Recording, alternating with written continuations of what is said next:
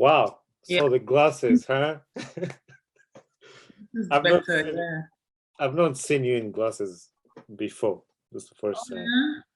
yeah. Yeah. Yeah, I rarely wear glasses when I'm like having interviews or meetings, but I think I'll match the vibe.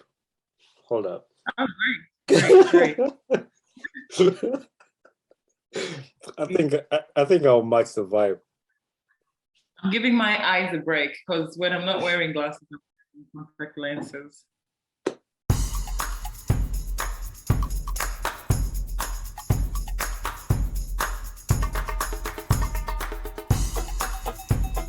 Mujevale, Mujevale, Mujevale. My name is Bani Kibuka, and welcome to another episode of the Ugandan Ball Talk Show. Oliver, welcome back to my podcast. Thank you so much. I like having you here. I think with this podcast I'm recording with you, you're the one person that has appeared on my podcast for the third time. So that means I enjoy having you here. So I'm happy to have you here. You're the person with the most episodes on my podcast officially as of I today. love that. I love that you love me on the show. I love Yeah. being here as well. Thank you. No, I love you as a person. I like what you do, and I like I've told you from the very first episode we recorded together that you speak a lot of wisdom, and I like to pick from your wisdom, and I like my listeners to learn from your wisdom. So how are you doing? How is life? Life is very busy, so busy. I just Yeah. came back from home from Uganda. It was amazing. And I'll tell you about what I went to do there. It's actually funny because hold on. It's actually funny because I was gonna start off this podcast with your journey to Uganda. So I'm glad you kicked off with that. Yeah, it's still a very fresh highlight of my life right now. And it wasn't meant to be a holiday, but it kind of felt like holiday. I had so much fun and I got so many things done. And now I'm finalizing my exam. Hopefully in the next month I'll be done with my uni finally. Yeah. Yeah, so I'm glad you started with the experience in Uganda. I follow you. I keep up with you. I'm like a number one fan. I should get like a top fan page, like no, a top fan badge somewhere, like because I follow everything you do, and I think I'm considered a friend or some. But your journey in Uganda experience, you went to Uganda. You said you didn't plan it to be a vacation or a holiday, but end up being a holiday. And I saw you visited the villages. Tell me your experience about you going back to your home village. Well, first of all, my trip was meant to be actually like two things, main things. The number one thing that I actually haven't shared with, I think I haven't shared it so much in the media. I went to register and possibly launch my foundation. So this is a question that I've been getting all the time, like once you're Miss Uganda, people expect you to come up with your own foundation to carry on with the work. So people were asking me when are you gonna launch your foundation? So I thought maybe this is the right time for me to kickstart the registration. So that's one of the reasons why I went back home for.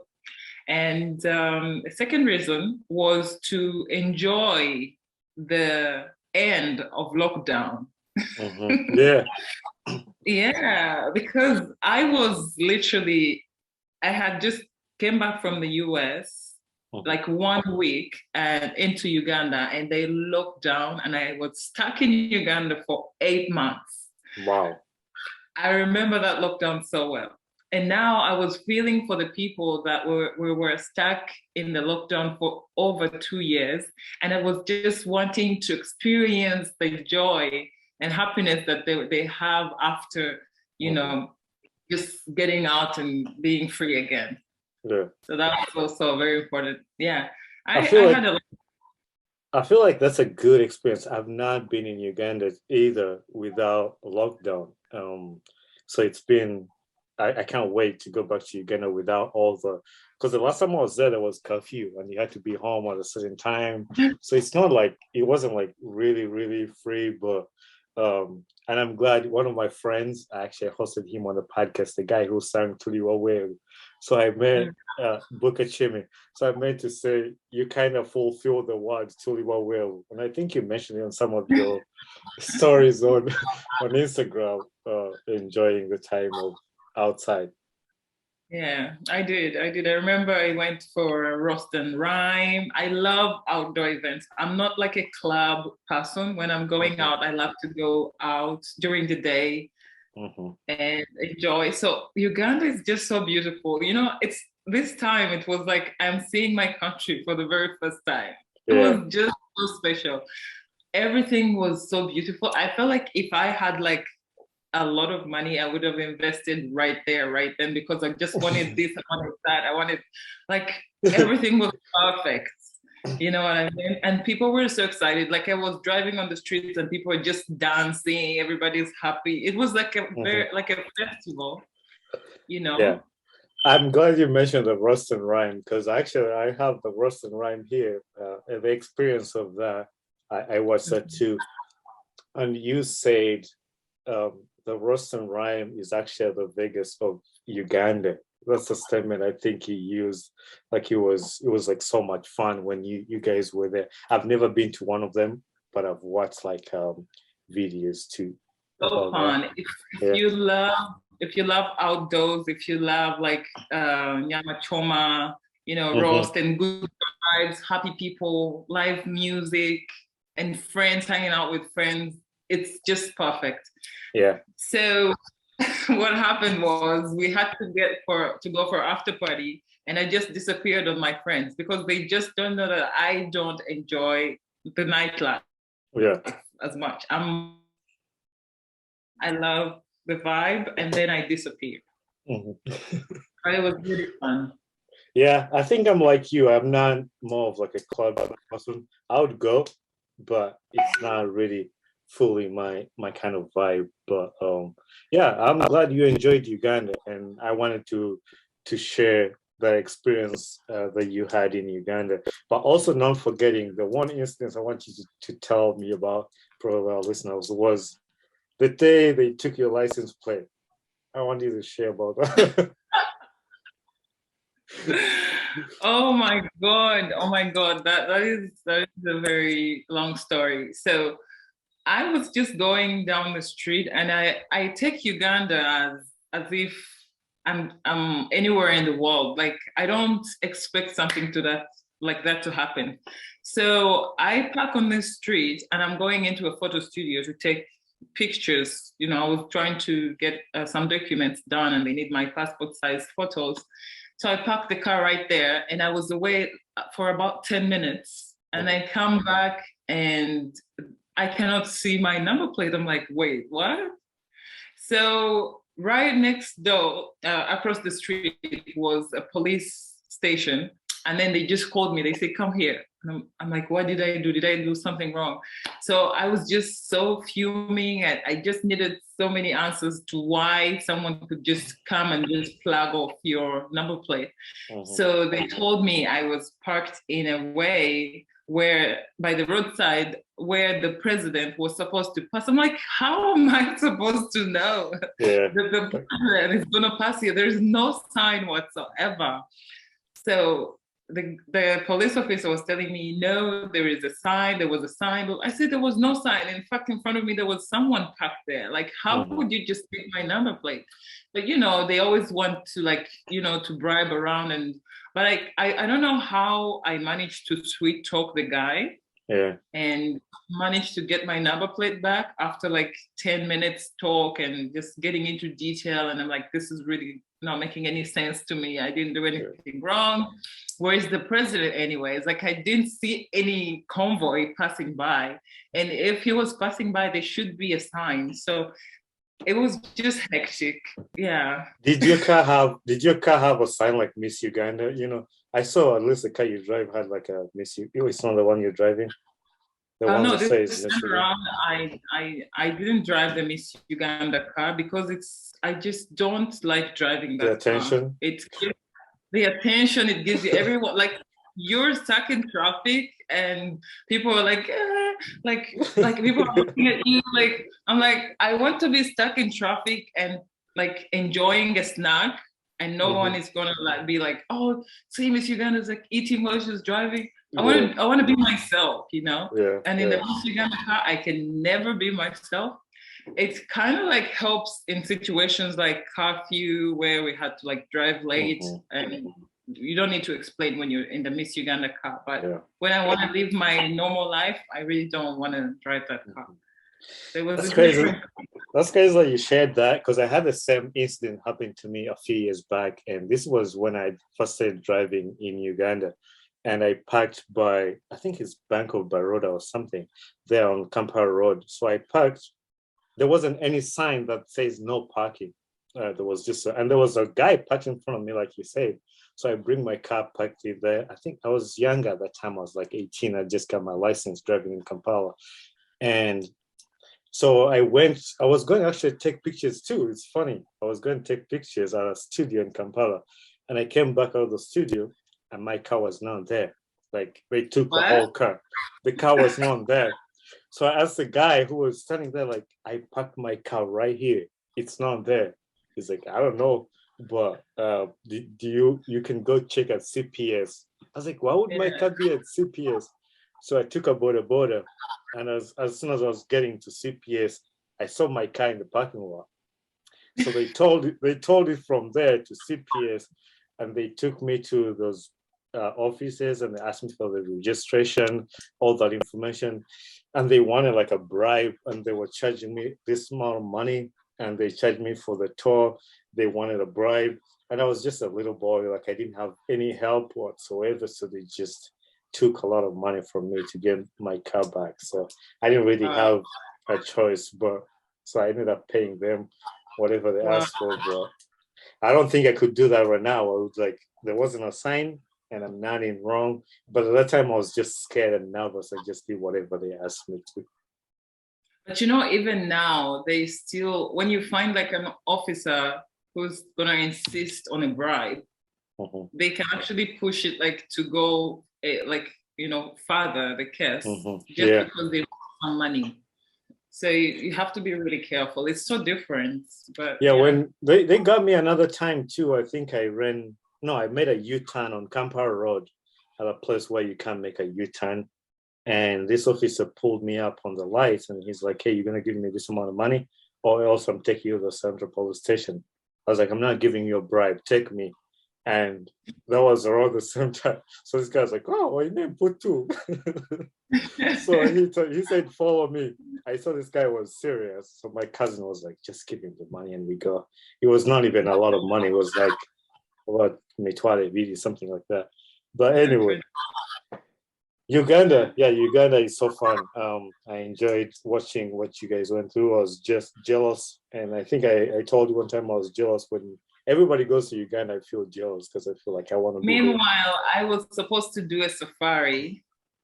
And it was a fully sponsored safari, but it just happened that the times that I confirmed to do the safari, I had just seen my dermatologist and I didn't know how worse my skin was going to look like immediately after that appointment.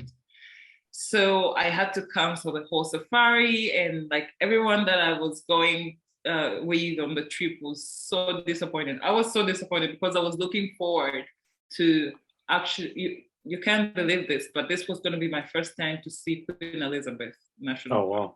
Yeah. Like I've never been there. I've been around, but I've never been to Queen Elizabeth. Yeah. Excited to see all these gorillas and all the animals. No, the chimpanzees. I think they're chimpanzees. Yeah. And I think I'm going to do that immediately when I finish my class. I'm going to go back and the first thing I'm going to do is a safari. What did you say? What did you say made you not to go? What happened? So I had confirmed the safari and it happened that I had a dermatologist appointment And I didn't know how bad my skin was going to look after the appointment. So it turned out that I had a facial peel. So my skin was like kind of peeling off, and I really couldn't show out to people. So I chose to cancel the whole trip. Yeah. Yeah, I think I went to Maction Falls. I've been to a few, but yeah, I don't think I've been to Queen Elizabeth. That's one of the ones I want to go to too. There's a lot of things I want to do in Uganda. Every time I go back, I make sure I do something like a tour or something. I take my family on a tour or something of the sort. I meant to ask you, is that a doll in the back? Does it have a mask on it? Yeah, that is funny.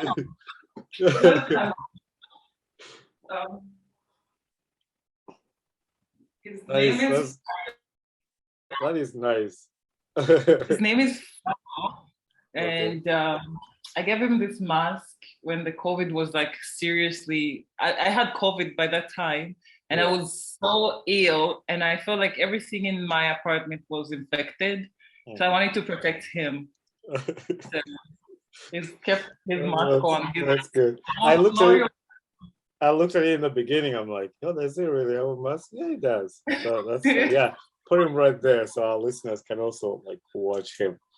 But I was saying like in this episode, I really just wanted to have a freestyle conversation with you, and I feel like that's how it comes out better, other than just having a scheduled list of questions I want to ask you, because that kind of pushes me to take the conversation in a different way and like rushing questions. But I just want to talk, and I know the last time I don't want our listeners to think we're going to just be here and talk about our lives, but last time I had you on a podcast, we were having a discussion about education in Uganda, and during our discussions, we touched on us wanting to talk about dream chasing, like wanting to talk about there's a lot of people in Uganda who are now trying to move to different countries to work, to move because of different reasons. Like both of us, I moved from Uganda. I live in the United States, and you live in Dubai. And we were just talking about how Uganda is fun, but when you have money, because there's a lot of people who say Uganda is not fun because, I mean, if you don't have money, you can't do a lot of things. And that's why most of the people leave Uganda to go somewhere else. What was your personal reasons why you had to leave Uganda? It's actually very emotional, the reason why I had to leave Uganda. And I'm glad that you asked, because I don't think anyone has ever asked me like in an interview. So I think this is the first time it's going to be public. But I lost my mom when I was 18. That was immediately after I had finished my senior six. So I was in a very horrible situation in my life at 18. But this passion for education I've always had deep inside me. I didn't want to stop at senior six. I definitely wanted to continue. And now the question was, where am I going to study? Who's going to support me? Because my mom was my everything. She was taking me through school, taking care of the home, everything. When I say everything, everything. So it was such a horrible time for me and my sister, because we were living with her, and now we had to choose which way we want to really go. Do we want to proceed and continue with education? My sister had already finished, by the way. So I was the only one in senior six now, like the one studying. So it was my decision to either say, oh, I want to work, or I want to still continue with education. So of course, we have like a very long vacation for senior six. I cried all my tears, and I said, you know what? I don't think this grieving is gonna help me any better. I need to grow out of it, and I need to get busy. I need to do something. And I remember that time I had a friend called Mariam. She really helped me a lot overcome this situation, because she lost her mom a long time ago, and she was one of the smartest girls we had in my class. And she motivated me to just, you can just move on. People die, and we all lose our parents, and we move. So I kept, I held on to that, and I said, you know what? I have a long vacation. I better get a job. So I started looking for work from people around me. So I had one of my uncles. He had a photo studio, and he wasn't looking for anybody, but I kept on telling him, hey, just find me a position, or maybe I'll be a receptionist or whatever. And at last he got me a position to be actually a receptionist as I'm learning photography. So I really learned photography. I worked for him for so long, and I saved up, I can't say a lot of money, but the money that I saved up, I had a dream, which was to travel. Yeah. So I got myself a passport. But in the due course, of course, I also went back to school. So I joined for a journalism course, and that was a diploma. So it was just 2 years. And I said, you know what, let me gather my funds, let me get my passport, let me get this diploma, and immediately I'll get out of here. I don't know where I'm going to, but I just wanted to get away from that environment. I felt like it was so, not toxic, but it was not so healthy. So because I saw how my sister was, she couldn't let go of the fact that mom was not here with us anymore. And I was with her, and I was always feeling this energy of grief and pain. And my decision to move from Uganda was literally me running away from a situation of an environment that was so full of grief and pain. And, just I felt like I needed to change the environment for me to grow, to release my potential. So that's why I, immediately after I got my diploma, and I just decided, because already I had saved up for my passport. I had my passport ready to go. I was like, you know what? I think the easiest part of the world for me to go right now that has a lot of potential, opportunities, is the Middle East. So I opted for the Middle East. I came in, and I was not sure what's gonna happen next, but I've always been a badass. Like when I say I'm going for it, I'm definitely going for it. Yeah. So I came, and I've really, really grown in this place. I'm so happy where I am right now. Yeah. Yeah. That's actually, when you were sharing your story, it kind of reminded me of my story, how I came to the United States. And I share my story. For those of you who have listened to the older episode, I share how I left Uganda to come here. For me, it was more of, I wanted to something different. Like I wanted to achieve my dreams. I wanted to move to the US, and I had a hand from my uncle, who I worked for too. I was working at a parking lot and like keeping the cars at night. And the uncle that I was working for, he was like, "What do you want to do with your life?" I was like, "I want to study aviation. I want to fly airplanes or work as a mechanic on airplanes." And that's that's how my story. I came to the United States, and like you said, I've been a badass. I came here, struggled, but like today, I don't struggle. Like I have my own house, I have my own car, I have my own job, I have my own. So like it's just working hard, but like using the time you just say the badass, just attacking everything that comes your way.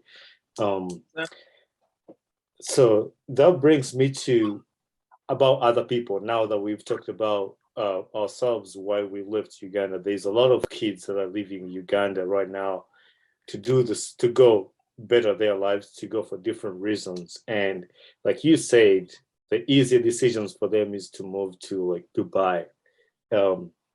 Why do you think most of these kids now are like leaving? They want to go to like Dubai, and share with us that experience, because you were there and you kind of know a lot of stories about these kids, and that's why I wanted you to talk more about that.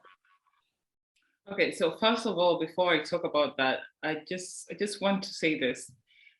One thing that I know that is so hard in life, or one stage one of the most difficult stages in life is choosing your career or transitioning from being a youngster to really like taking on the responsibility that comes with adulthood.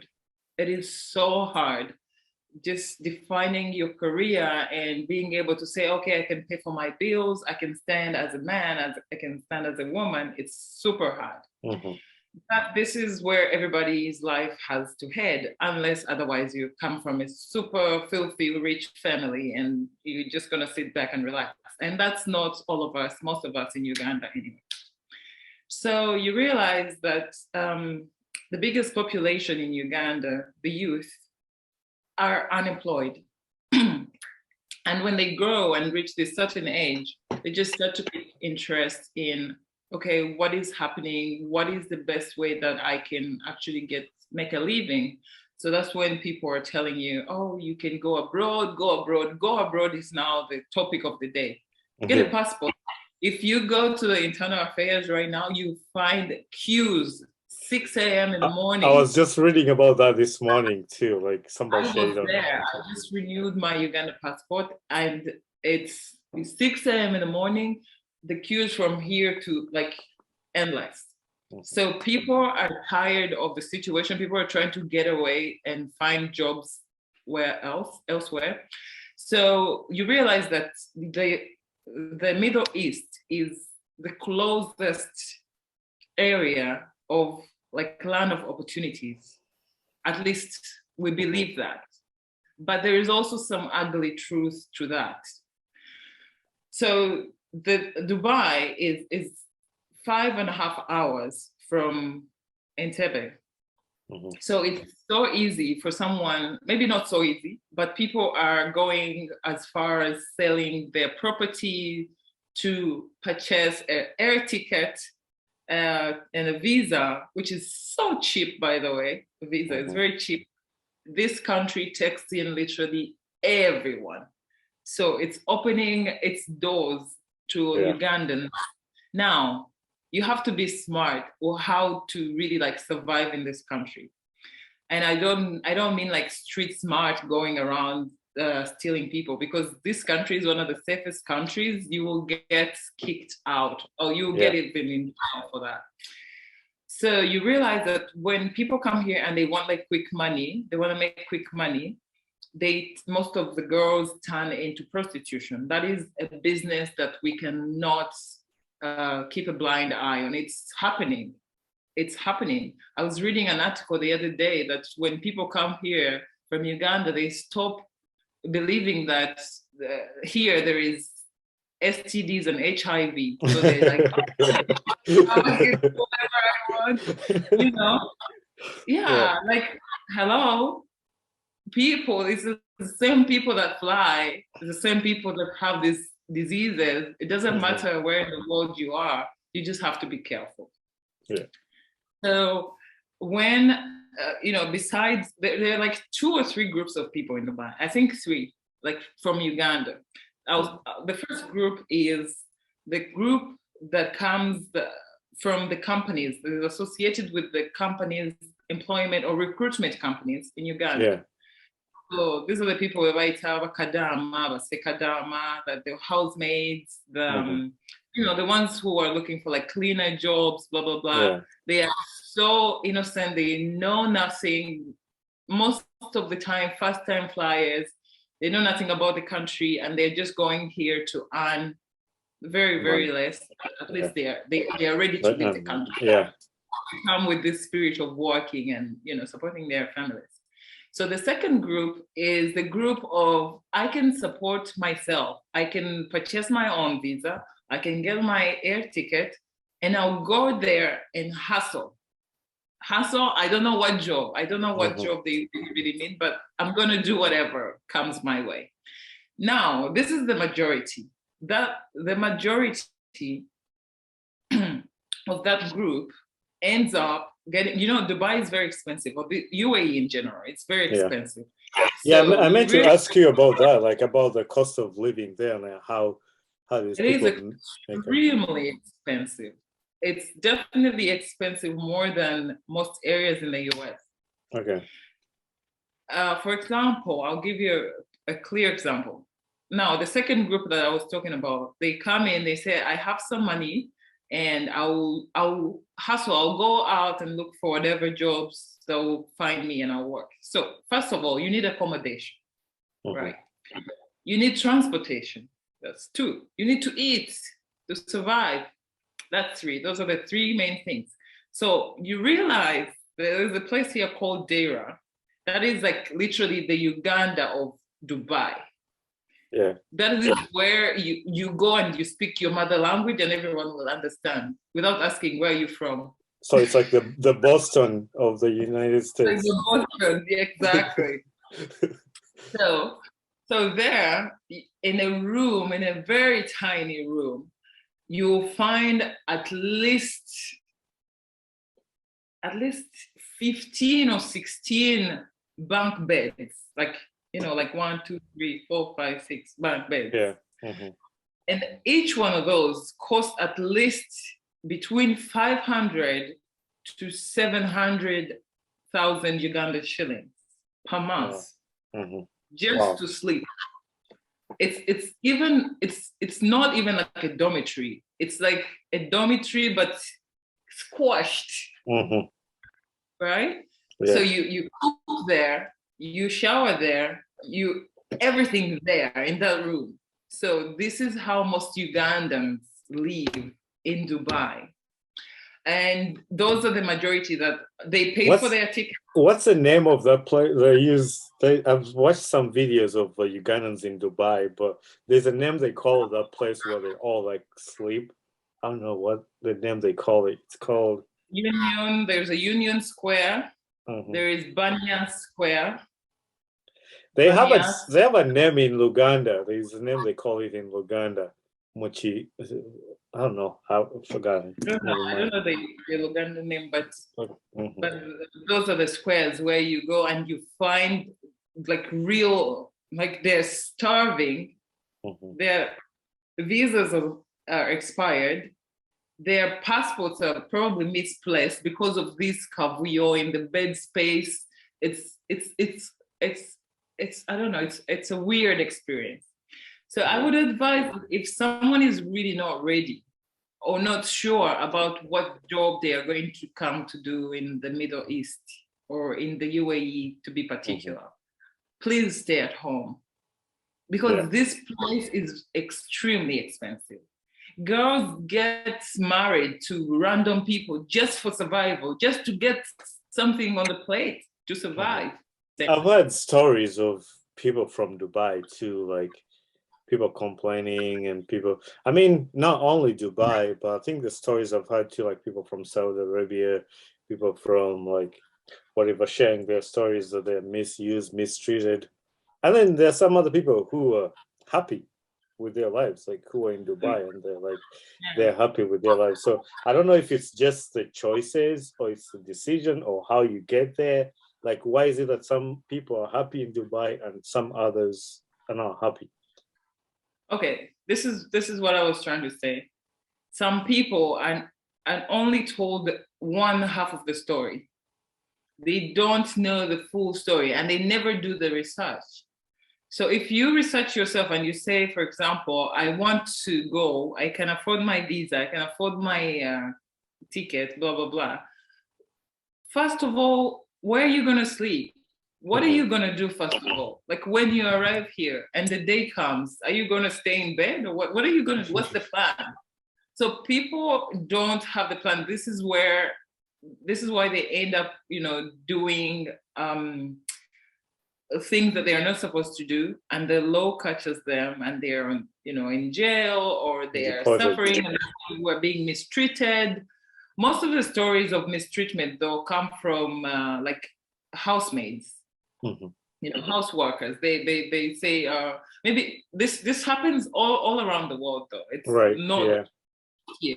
You might be lucky because God don't know which boss you're going to get. So you might be lucky. You get a very, very, very good boss. They treat you like family, happy.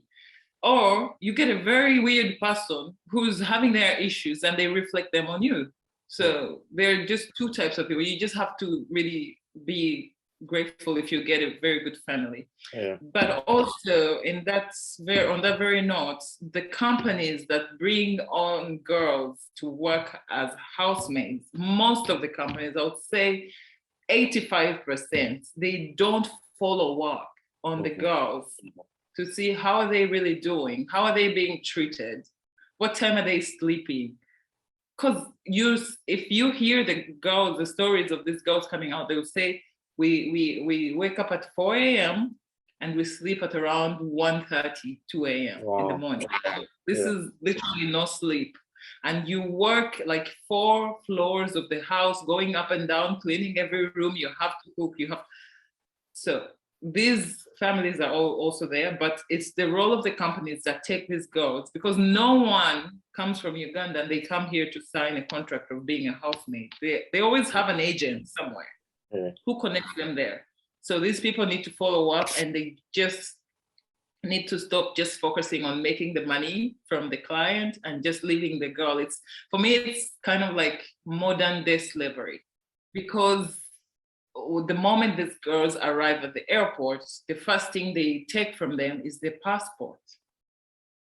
And I don't think I would live freely in this world without knowing what my passport is. Right. It's like they you're right. Yeah, like you say, they own you. So like they took your passport and everything. Exactly. So like because they take your passports, they make you feel like you're property from day one. Now it's the company's responsibility. And also the companies need to come in, and the government needs to come in as well. I believe we have a whole ministry working for like internal affairs, and I think there is some deeper ministry there. But I feel like these companies too, because they're like legit company, they can even make advertisement. I think the ministry knows about it, and like they pay some money to the ministry. So that's why when they pay that money to the ministry, they're not followed up. Like they just let them do whatever they want because they get money out of them. So now this company can just run whatever they want. As long as we pay the ministry, we can just do whatever we want. But also to the people that travel, like you mentioned this earlier, like people don't know, like some of them are maybe going out of the country for the very first time. So they're just super excited to leave Uganda to board an airplane, and they don't know, they don't make research, like you say, where they're going to sleep. So they just want to go, Abantunga, Bako, like somebody's tired. I just want to leave Uganda. I don't care where I'm going to sleep. I don't care. And then some people just make that decision just like that because of their anger and because of their tiredness of the situations they're in Uganda, and they just go say, I'm just going to wing it and just fall in the country, and then just life gets miserable. I think this is a very big percentage. But I've had friends that went there, worked for a little, and then they're like, no, they went back to Uganda. And some relatives, I've had some relatives that go to UAE, and then like, no, I just went, I didn't even make any money out of it, and they just go back home because of it.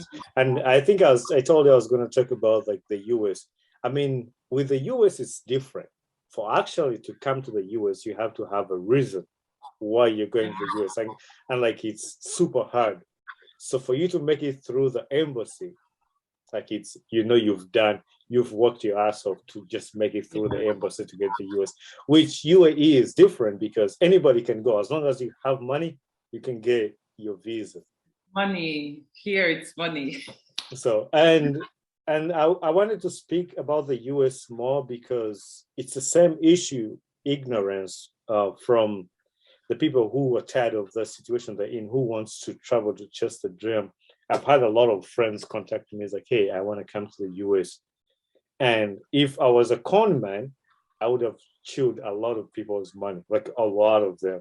But that's not who I am. Somebody will contact you without even any knowledge about what it takes or what. I just want to come to the US, and once I land there, and I'll survive. Like it's not like that. I mean, some people have done it. You get lucky. You've listened to people's stories, but I feel like some people have to educate themselves before they make this choice. Like even if you're going to Dubai, which is easy, educate yourself. And there's a lot of companies that have come out to take people's money about moving to the US. Like, hey, we'll get you the visa. Like, I don't think it works like that. I think this is where we need to applaud you for this podcast, because literally what people see on social media, like even if someone, I've known people who go to countries and I know that they are living horrible lives, but on social media, they dress up, they show up, and they are perfect. Yeah. So now the people they left back home, they're like, oh wow, she just left and look at how she's glowing, and like she looks amazing. Social media is so fake. Yeah. And now this is where I want to thank you for this. And I hope that this podcast actually goes a long way, because it talks about the reality about what is actually happening on the ground. I can't tell you that I was doing well when I first got here. I wasn't, but I don't know. I think I was lucky, and I was very strategic, and I knew exactly what I wanted. Right. I came with a written CV. I came here and I knew what kind of job I wanted. So I started looking for that exact job, and I got that job, and I was, I started making money. But the first couple months, I would say the first 4 months in this country were not easy for me. Right. And also the first couple months after I got a job, they were still not very easy for me. So it is that's the thing. Like, it's not, you talked about social media, like people will look at you, and actually I have an episode that I recorded just myself. I didn't have a guest for that. I was just sharing about my personal experience, like what people see on my social media, like now about my new job where I work on like private jets. So like you are around private jets every time. You sit in them, you like run them, you like literally. Have you watched Tinder Swindler? The TV show Tinder Swindler? No. It's about that guy who cons people. Like he pretends like he's super rich, which I think he is, but he got money from conning other people. So I was gonna make a point that I could literally say, oh, like we own these airplanes because I'm around them. I can do whatever I want. I can take pictures in them, flying in them, and convince people that we own these, or like because I have access to everything in them, like because I work in them 24/7, but they're not mine. I'm just a worker there. And when I post these pictures, sometimes different stories. Like one time I posted a picture because I met a Ugandan pilot who brought in like a private jet. And I met this guy, he's from the northern Uganda, and he was excited to see a Ugandan mechanic we met at the place. And I post like a picture like that with his plane standing there. But when people look at that, I could convince them, hey, I can get you a job here. Give me 5 million. Get me 5 million Uganda shillings. I'm going to get you a job, because they see it. I work there. And that's why people are taking advantages of these people that don't know. Like I could say, hey, I'm in the US. I can help you get a US visa. Like I know, like there's I know some like Congress people who have been my friends, but I tell people every time they message me on WhatsApp, I want to come to the United, just be super careful. And I tell them what you need to do. And like you said, I worked my ass off to like get my CVs and get a recommendation. I even went to my high school for them to write a recommendation for me for coming to the US, and I knew what I wanted. And people come to the US for different reasons. I'm not going to stand here and speak for everybody who is in the US, but just from my own experience. And what I take away from that is like, it's not easy, but it's possible. What I don't want, and for everybody who is listening to this podcast, is for them to give their money out to people. Because they take your money and you're not going to see anything. When you walk into the consulate's office at the US Embassy, you're going to be alone. The guy who took your $5 million, he's not going to walk in there with you. And whatever you say there is saving you and you alone. So they can help you getting your paperwork together or filling out the application, but they won't get a visa for you. I think that's a lie, and that's what people use. to take people's money, and I hate that. Yeah. I also want to say that really getting a US visa is, yeah, like you said, it's about knowing what you want and being confident. You know, you find people that are just really, they don't know what they want and they're just shaking. I've been there twice. And you find people like, oh my God, what do you think they're gonna ask? Like, you know, and you definitely know that you're not gonna get it. Yeah. Because like you're not sure what to expect. You didn't do enough research. You're not even like, of course you're not gonna get it. So better be prepared and be comfortable, confident that you're gonna most people in Uganda don't like to educate themselves. And we talked about this last time about, so when I was coming to the US, I'd never got a visa before. I'd never been on a plane before. I knew some of my family who got denied. I mean, I had my uncle who had been in the US, but I don't know how. But what I did was to go on Google and look up the interview questions and go through those before even the interview.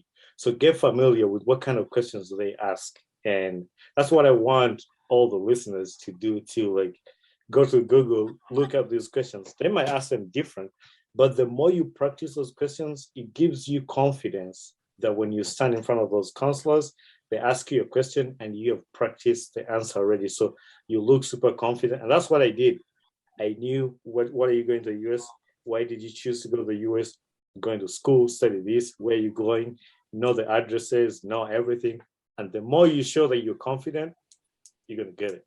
And okay. I appreciate that advice, but I don't want people to go on the internet and Google the questions and the exact answers, and then they have for an application, you know?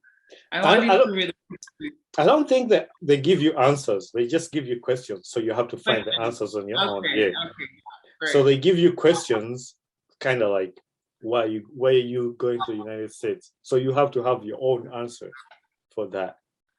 Right.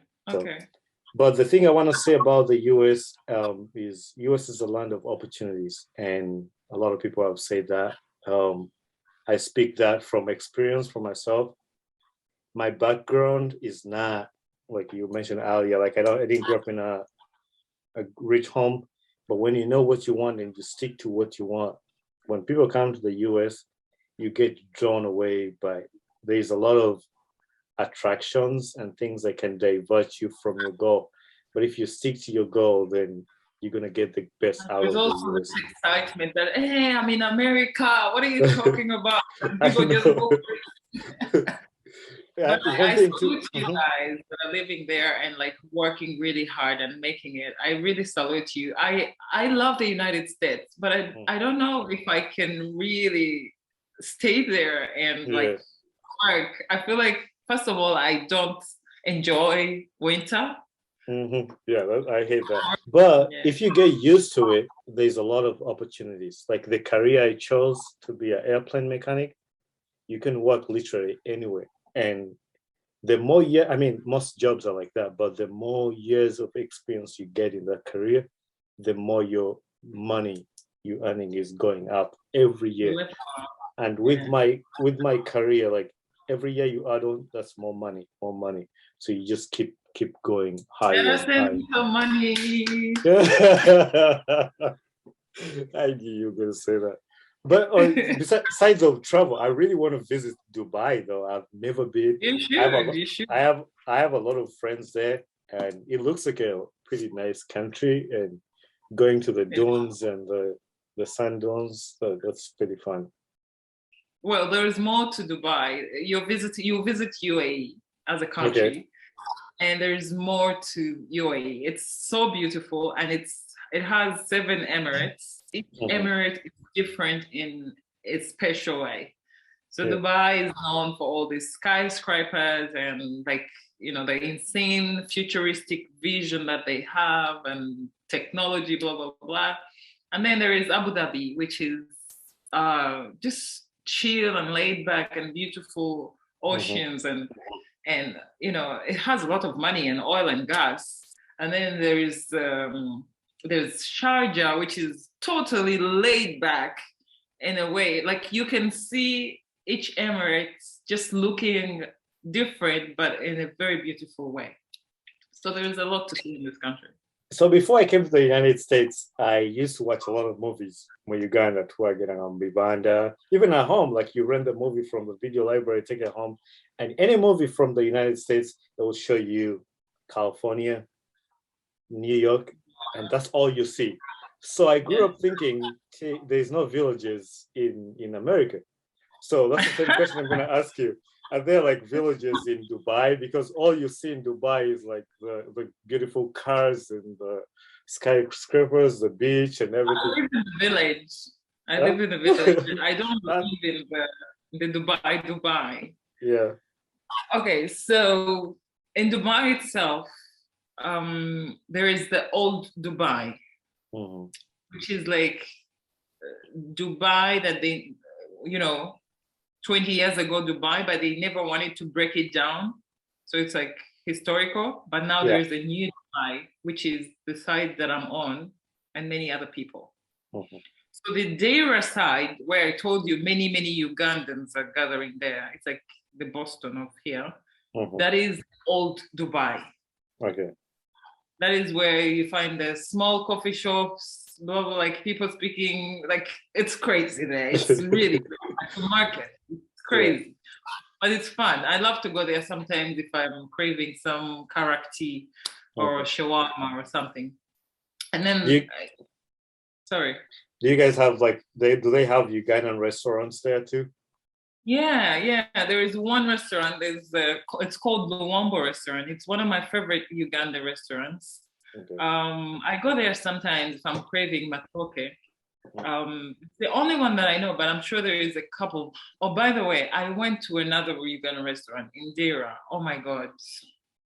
It was horrible. It was horrible. It was so bad that this person, I don't know, it was so, it was so dirty. I'm not throwing shade. This is real. I Googled the place and I saw it on Google and I went there and it was nothing like I really expected. So the only restaurant that I recommend here is called Luwambo Restaurant. It's on a standard, it's clean, they have like fresh food and the service is like at least to Dubai standard. Okay. Yeah, I think in Boston they have a Ugandan restaurant too. I'm yet to visit that. I really want to go there and see the Kampala of Boston. I heard there's a Kampala of There's Boston. one in Waltham, right? The what? Is it called Waltham? I think so. Yeah, I think so. But I think they started another one in DC, Washington, Swahili Grill. No, I don't know if that's it. No, that's North Carolina. There's a Ugandan restaurant somewhere in DC too. I need to visit that one. Making me miss the United States. I had a lot of fun when I was there. I would say United States is fun. But when you mention about like your first 3-4 months in Dubai is, at one point when I just came to the US, I was ready to go back to Uganda because it's not what I expected. I was here after the 1 year I was here. I called my dad. I was like, Dad, I'm ready to come back to Uganda. Life was hard. Like it was literally hard. Like finding a job, going to school. People don't like you, and I was in a state that was horrible. People don't like you. You find everything hard. Racism? Yeah, like racism. Really? Yeah. Oh my God! People ask if I ever encountered racism in this place, and I don't even remember if I have. I feel like this place is so welcoming because here no one is entitled to anything. We're all literally tourists. Equal. Yeah. So we're equal. You don't fight that this is my country, go away. No, we're all here and we'll go. No one has a passport for this place. That's really different from the United States. Actually, just like last year, the job that I had last year when I had you on the podcast, the first time I had you on the podcast, I was working at a different place. But that place is like a village small, and people hate another person, like especially me, a Black person, coming and doing the same job they're doing and being and excelling at their job. Best my background. Like this kid is just coming from like Uganda, a third world country, and he's here making the same amount of money we're making. That was their biggest problem. I suffered through that. I had depression, everything. I'm like, no, and they're always like, you come from a third world country, you're not smart enough to do that. You know, like, so I got really mad about that, and you qualify. That's what matters. Yeah. Oh my God, that actually would piss me off. I think I would punch someone in the face if they give me that attitude. Like if I qualify to be in that position, it doesn't matter what color of my skin or where do I come from, I'm there. So respect. Yeah, they used to do a lot of things to just get me mad, and they wanted to get me fired, but my boss really liked me. The manager liked me and liked my work ethics. You know, one thing I've had in the US, and I would tell to everybody who wants to move to the US or someone, just have a good work ethics. When you're given an opportunity, just work your ass off, like be the best person in the whole place. And that's what I did. Like I would come early to work, make sure I do my work, greet everybody, be nice to everybody. So my manager liked me, but the people I worked with didn't really like me. So they were trying to get me like fired. This guy one time. That's why you left the job. Huh? Yeah, I left the job and just decided I wanted peace in my life. Actually, when I left the job, I was ready to just go do something else. I was going to switch a career. I was like, I'm done with this airplane thing. I know I've wanted this since I was like 8, but I've worked now. I'm done with it. I was so mad because one time this guy made a statement that pissed me off. I was ready to throw something to his head. He said, you know what, Bonnie? We can hardly see you in this building. You need to start wearing some highlighted clothes. What? I was like, what? And it was towards the end of the day. I was tired, pissed off. He's like, we can hardly see you. You need to wear like some highlighted clothes so we can see you. Oh, you didn't throw anything to him? Like, oh my God. I didn't. I went home and I was so pissed. I was going to call HR. But then I sat down and I was like, you know, when you call HR, you can report the case or like that, and that guy will get fired right away. But that is so rude. I talked to this guy. I was trying to build friendship with this guy before, and I knew a little bit of his stories. He has like young kids and stuff like that. So I knew he's going to if he gets fired, then he's going to get stuck at home with his kids and he doesn't have money.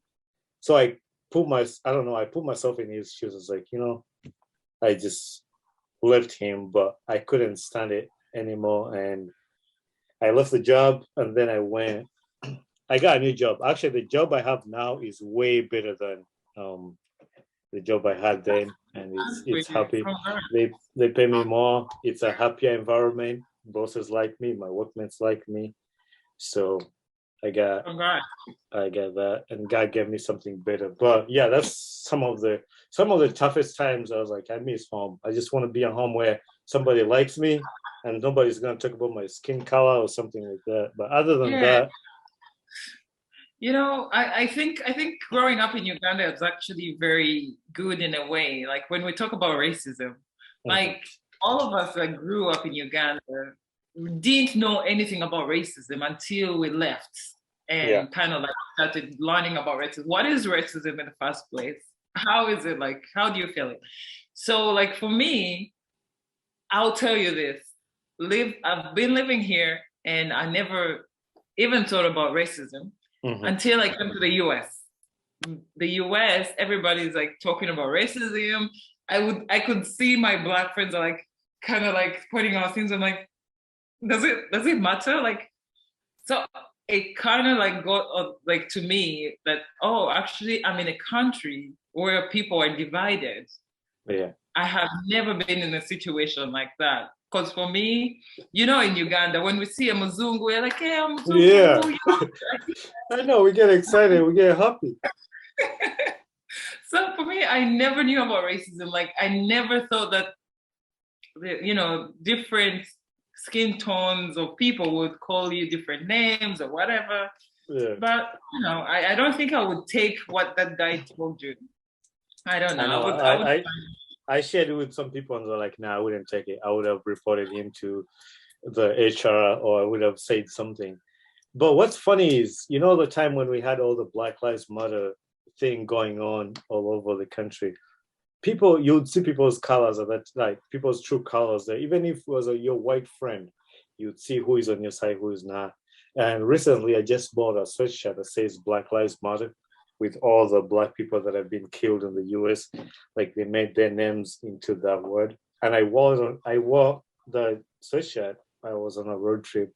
But every places we stopped at to go, like, you make a stop and go use the restroom or something, everybody would look at me like, everybody's looking at me like, well, and like they just walk away. It's like, oh, he's wearing Black Lives Matter. And it's like, just walks away. But I don't really care. I'm nice to everybody. Actually, I don't even. Stay in the UAE. I won't cope with the United States. I don't cause trouble. I'm nice with everybody. Actually, right now, my job, I'm the only Black person on my job too, even today. But I don't feel that everybody likes me. It just depends on the place I used to work. I was the only Black person, and you could feel it every day you walk into work, because everybody will just, they don't want to do anything with you, you know, they just have their own group. But like here where I work now, you can't even feel you're the only Black person there, because everybody likes you, they want to know about you, they want to help you, get better, and it's totally happier. So other than that, I think the US. I also wish that people could stop thinking of, like, okay, the fact is that we have a lot of poor people in Uganda. We have a lot of people that need help. Yes. Mm-hmm. That's why we're working so hard to set up organizations and help. But I think they should acknowledge and applaud the people that get out of that and, work to get up there. It doesn't matter if you're at that level or even if they're like above you and they're from Uganda, they are qualified. Right. It doesn't matter like where they came from. They need to forget this picture of how can you study so much and get qualified and get to this level, yet you're from Uganda, so you're making some money. It's me, I'm American. Like, stop that. I feel so mad. They have that saying of like, you came over here to take our jobs, and like, I mean, you struggled for that. Like you I think I would go to jail if I come to the United States. I can't take that. I can't. I would find lots of people in the faces. Yeah. Oof. Yeah. But actually, that reminded me of a family that used to host me at one point. I told them I want to be a pilot. I want to work on airplanes. It's like, I don't think they told me, I don't think that's a career for you. Like, especially if you grew up in a country. I don't think you can do that. That's for like. You're supposed to be a bus driver because you're Black. Yeah. What? And you know what I did? After I graduated from my flight school, I sent them an invitation to come attend my graduation, but they ignored it. And what? Because they didn't believe I would make it possible. So when I sent them the invitation, they didn't come. And then, yeah, I think they still follow me on Instagram. I think maybe the kids, or I don't really pay attention to that, but I just wanted to show them that it's possible. They're definitely watching. Yeah, but anyway, Oliver, we've talked a lot. We've talked a lot about we've talked a lot. Yeah. What would you say your last word to the people who want to come to the UAE? And I give my last word to the people who want to move to the United States for their dream chasing. Now that they know our experiences, what we've gone through in both countries, what would you say to somebody out there that wants to leave Uganda to go somewhere to abroad? Okay, abroad and just not the UAE. Okay, I think it's the same thing. It's the same thing that I would say anywhere. To any country that you're going to from Uganda, first do enough research on that country and better know the reasons clearly why you're going to that country. Is it for work? We're talking about work in this case because no one is going to visit. So if you're going to work, what job are you looking for? It's better to come from home with a well-drafted CV. Most of the time now, people here are not looking for printed out CVs. Have like a very nice, neat LinkedIn profile where you would, apply for jobs and people will come and see what you've been doing. Some people really don't care if you've been working from Uganda or in Uganda. They don't care. They just want experience, and they just want, if the job is for you, it's for you. So just be organized and be very particular. What kind of job are you looking for? And if you don't have any experience, then I would advise that I would go for the group B that I talked about. Don't use these companies. I absolutely disagree with working with these companies, recruitment companies that are promising you visas and jobs and blah, blah, blah. And then you arrive and the jobs are horrible. For me, I would advise that if you're coming out, I'm talking about the UAE stuff. If you're coming to the UAE, gather your money and don't sell your property, because you never know when that money is going to come back. If you have the money, then use that money to get the visa and tickets, and make sure you know exactly where you're going to sleep, what are you going to eat. Like, have a plan for like at least 3 months of the job hand, and then on top of that, have your CV ready, and then just go and try your luck. But just don't come from the blue and say, I'm in Uganda and nature. Yeah, let me just go one block street. Here, people, but they will put you in jail. So that's all I can say. And all the best to all the people that are planning on leaving Uganda. Yeah, I think you said pretty much the same thing I would want to say. I'll just add on to that. Yeah, you say do your own research.